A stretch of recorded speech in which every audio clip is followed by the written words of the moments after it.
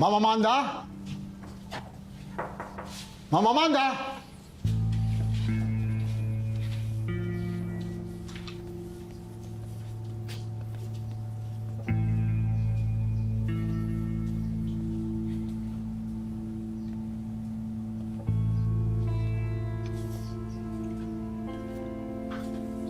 Mama Amanda?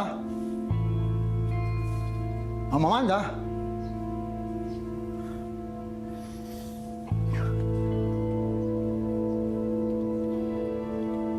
Ano? Nakita mo ba? Wala dito, sir.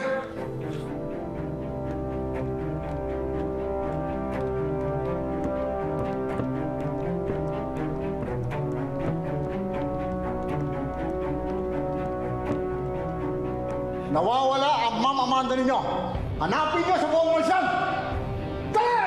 Yes, sir.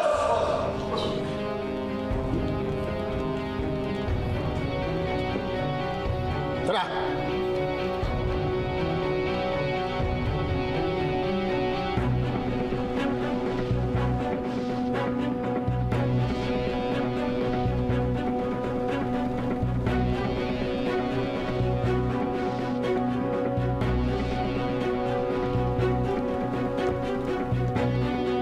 Ma'am, Oh, saan po kayo galing? hinahanap ka. Saan ka ba nagpunta? Ang bilin sa akin ni Augustus, kayo ang sasama sa akin ngayon. Maganda na kayo. Yes, ma'am. Bilis na.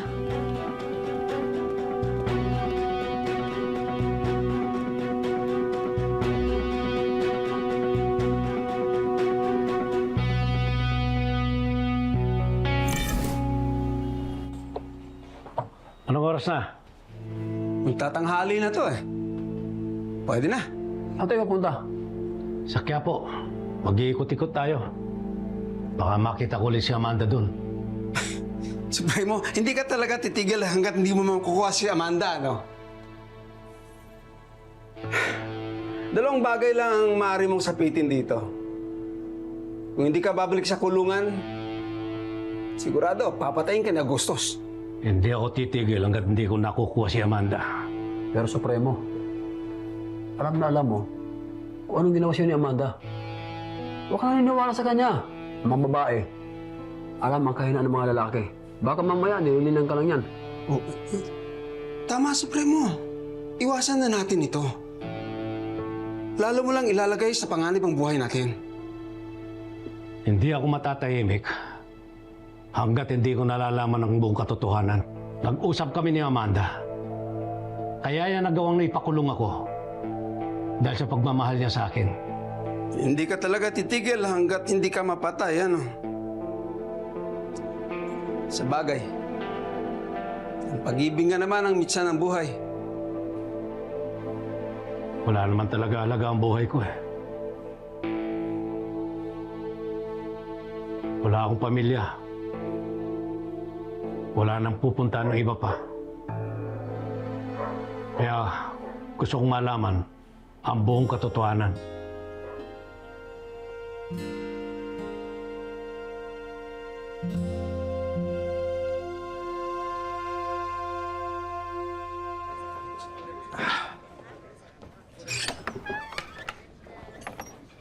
Bating. Tutuloy na kami. Babalik din kami kagad. Tulad ng usapan natin, ha? Sasama ako sa paghanap ng trabaho niyo. Wala ka talagang tiwala sa amin, ano? Alam niyo, kilala ko kayo, eh. Alam na alam ko, liko ng bitukan niyo. Hindi niyo ako maisahan. Sige, sama ka. Ayaw maniwala sa amin. Ikaw lang inaalala namin eh. Baka mapagod ka. Wala akong pakialam kung mapagod ako. Ang importante sa akin, baka siguro ako ligtas kayo. Ay, mabait naman pala si Berting. Nag-aalala para sa atin. Halika na nga. Baka kung saan pa mapunta yung usapang to, eh. Sige na. Sige, sige.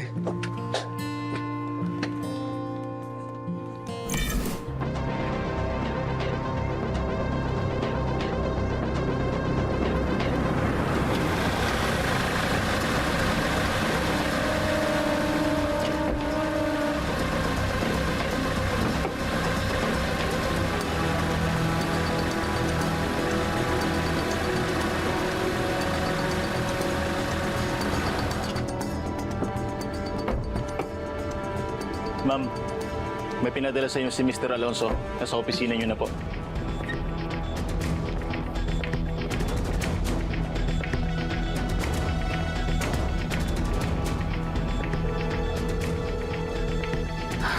Mr. Alonso, natanggap ko ang pinadala mong 10 milyon dito.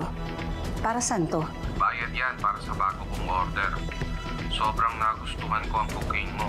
Nagustuhan nga rin ito ng mga kasosyo ko at gusto nilang bumili. May madadala ka pa ba? Meron pa.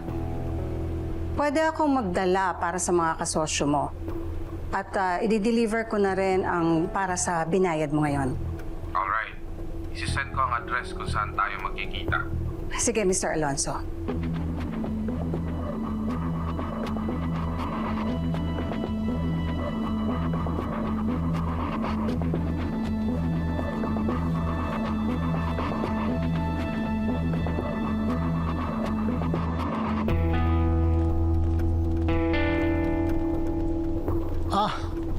Ma'am Amanda, saan ho ang lakad ninyo?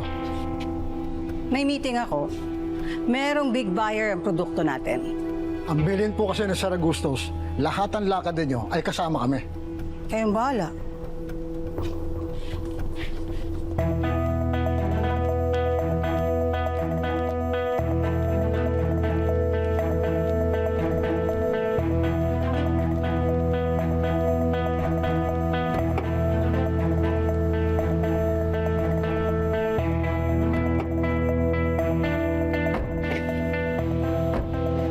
Sakay!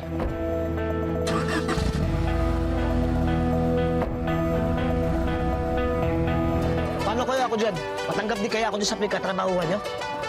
Yun ang hindi ko alam. Medyo masungit si Ate Lorne. Sana matanggap ka. Ala, ano gagawin ko kung di ako matanggap? Wala namang tumabay ako dyan sa labas. Mamumuti lang ang mata ko dyan. Pasahintayin mo na lang kami. Kumulong-kulong ka na lang dun. Sige, sige. Ano ba magagawa ko? Po, bili po kayo. Bulaklak po. Kaya bulaklak. Sige po. Lorna. O, Tanggol. Bakit ngayon lang kayo? Pasensya na po na traffic po kami. Na traffic? Di ba tiga Quiapo lang kayo eh? Itang lapit-lapit lang nun. Pasensya na po. Hindi na po maulit bukas. O, sige na. Pumilos na kayo dyan. At maya-maya parating na mga customer natin.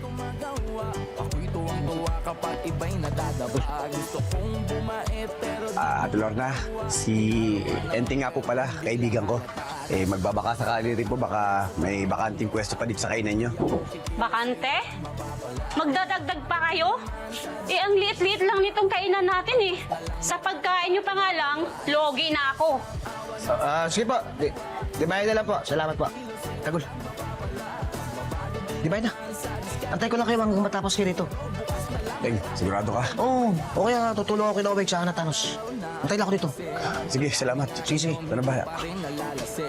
Sige na, Tanggol. Magtrabaho ka na. Maiwasan man ng away, lalapitan ng gulo. Gusto kong bumait pero di ko magawa. Ako'y tuwang-tuwa kapag iba'y nadadapa. Gusto kong bumait. Bahala to. Bahala to. Bahala to. Sabi sa inyo, di ba? Maniniwala rin yung lokong yun. O, parte mo. Uy. Mo nga naman. Bagyo. Baka talaga. Kano yun? Kaloy. Yun. Kidlat. Paano naman sa akin? Makakalimutan ba kita? Oh. Yun. Talaga may iyak ka kagad. Ang ganto ng ganto, di ba nakakagana magbenta? Sabi ko sa inyo, di ba? Sa atin ang perang to. Ano pang inaantay natin dito? Benta pa tayo, marami pa tayong kikitain. Anong gusto ko? Hindi pwedeng si Edwin lang ang nakikinabang. Sipusin na natin. Tara! Panggalaw na, oh.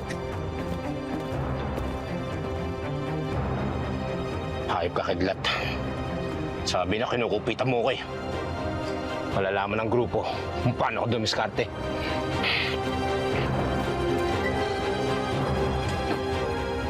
Evan, saglit.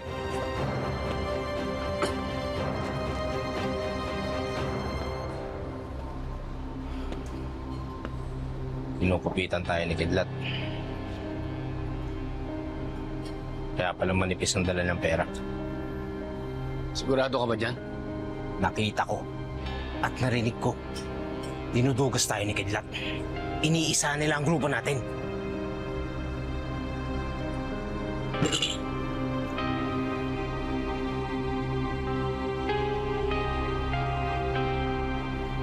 Sige. Kakausapin ko. Hindi. Dapat yan. Pag kinausap yan, sa harapan ng lahat, apektado nga tayo ng grupo. Kailangan makita nila kung gaano kadugas ang Kidlat na yan.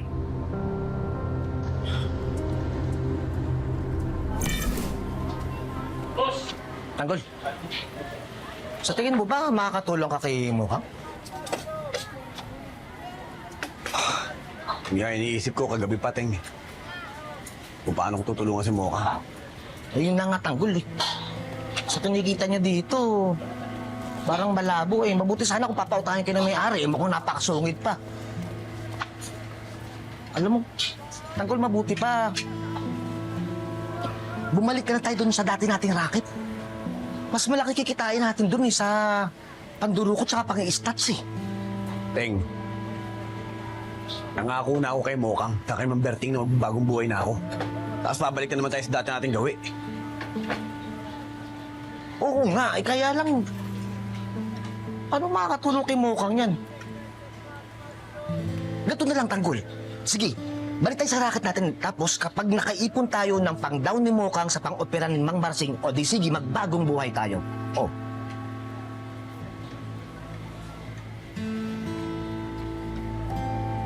Huwag na, Teng. Sayang eh. Nasimula ko na magbagong buhay oh. Tapos bibitawan ko na naman. Baka malay mo, mamaya yung racket na pupuntahan ko. Maganda bigayan dun, oh. Sigurado ka ba na makakatulong kay Mokang yung ibibigay sa'yo mamaya? Bahala ka, Tanggol. Mamaya huli na, magsisi ka, wala tayong may tulong kay Mokang yan. Hindi mo matulungan si Mokang. Kamusta birthday ni Ramon? Maganda. Masaya. Tingin ko mahusay sila humawak ng negosyo. Maganda. Magaling sila mag-entertain ng mga kaibigan. Siguro magaling mag-entertain din sila mga business partner. Baka maganda maging kanegosyo natin.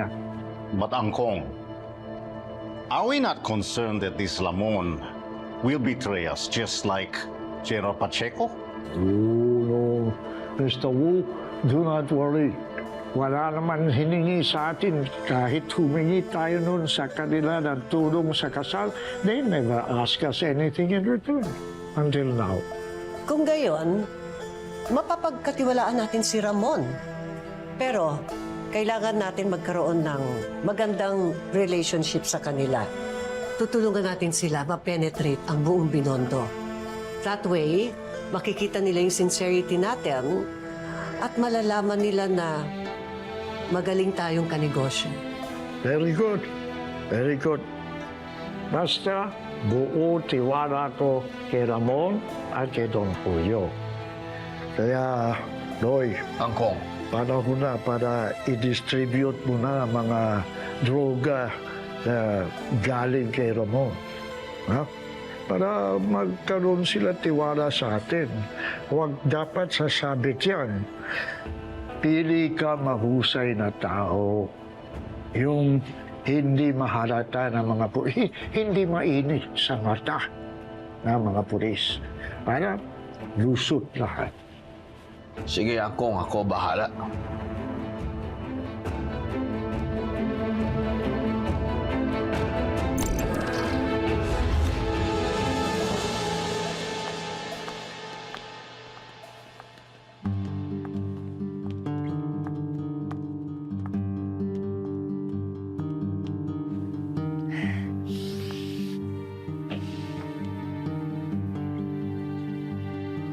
Ibang klase ka ring maglaro ng tao, no? Magaling. Ang galing mo, Marte. Pati ako napapaniwala mo na ayaw mong maging parte ng buhay ni Ramon.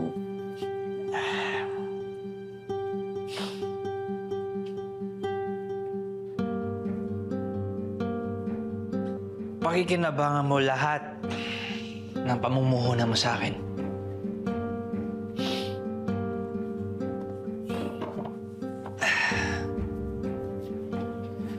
Kita mo naman, di ba? Pagpatuloy mo lang yung ginagawa mo. Pero ito tandaan mo, mag-iingat ka sa mga impormasyong ibibigay mo kay Ramon. Hindi ako palaging nasa tabi mo para pagsabihan ka. Katiting na bagay na may maamoy si Ramon. Malalaman niya ang baho mo. Plinano ko lahat ng sasabihin ko.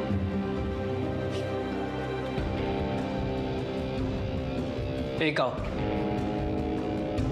anong plano mo? Paano magiging positive yung DNA test mo?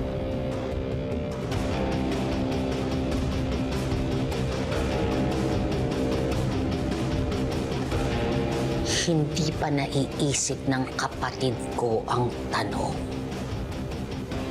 Alam ko na ang sagot.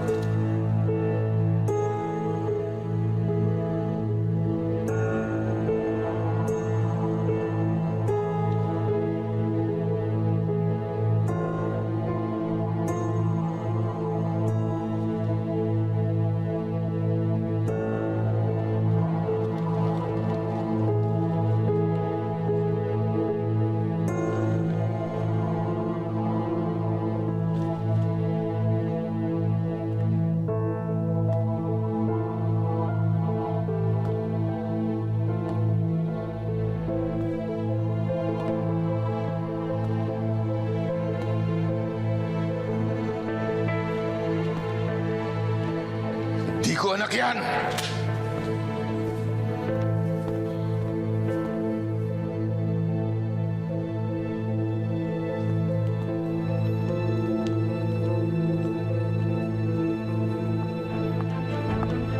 Ramon!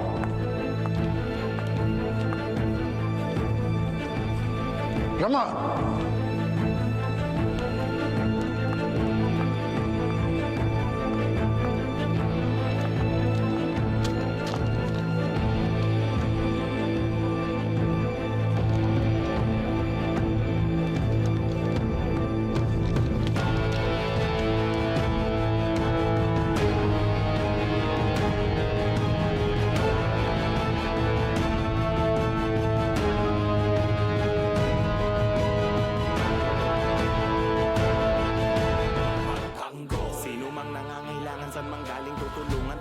lamang ang ating tagapagtanggol laban sa mga ganit at sinungaling humanda pagkat nandito na ang ating tagapagtanggol. Sino mang nangangailangan, saan mang galing tutulungan.